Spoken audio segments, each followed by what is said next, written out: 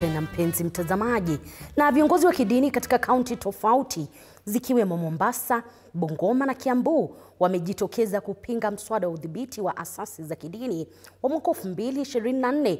Viongozi hao wanasema mswada huo ni tishio kubwa kwa uhuru wa kuabudu na unaingilia mamlaka ya taasisi za dini.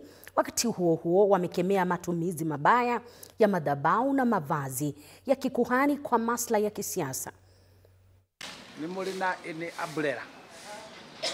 Kwa muda sasa, viongozi wa kidini nchini wamekuwa wakipinga mswada wa udhibiti wa asasi za kidini, wakisema unatishia uhuru wa kuabudu na mamlaka ya makanisa. Mambo ya kiroho yanaongozwa na Mungu, hayaongozwi na sheria. Na sasa sauti za upinzani zinaendelea kuongezeka kutoka kwa viongozi wa makanisa nchini, wakionya dhidi ya kile wanachokitaja kuwa kuingiliwa kwa uhuru wa dini. It is unconstitutional and it shall not see the light of the day because we shall contest it. Viongozi wa makanisa wanadai kuwa mswada wa kudhibiti asasi za kidini haujalenga mizizi ya tatizo la itikadi kali, bali unawalenga waumini na wahudumu wa Injili. Kama kuna shida yote katika uhuru huu wa kuabudu, basi let them use through umbrella bodies. Viongozi hao pia wameeleza masikitiko makubwa kuhusu matumizi mabaya ya mavazi ya madhabahu na watu waliokodishwa kisiasa, hali wanayosema inavunja heshima na dhamani ya wito wa kikuhani. Tungesema ya kwamba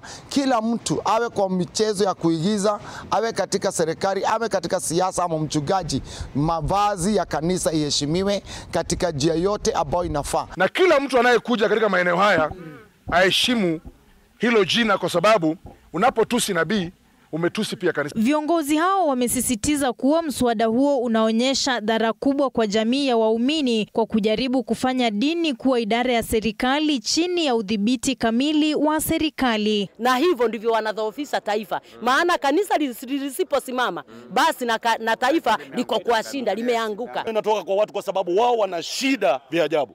Utanitafutaje niende kutafuta audit, itakuja audit 1000 ambao nimetoa 500 mimi. Wakati huo huo, Baraza la Kitaifa la Makanisa nchini NCCK linaendelea kutoa wito kwa wachungaji kukataa kuruhusu wanasiasa kutumia maeneo ya ibada kama majukwaa ya kampeni za kisiasa. NCCK inasisitiza kuwa maabadi yabaki kuwa maeneo matakatifu ya maombi na si ya siasa. Susan Locho, Runinga ya TV47 Nairobi.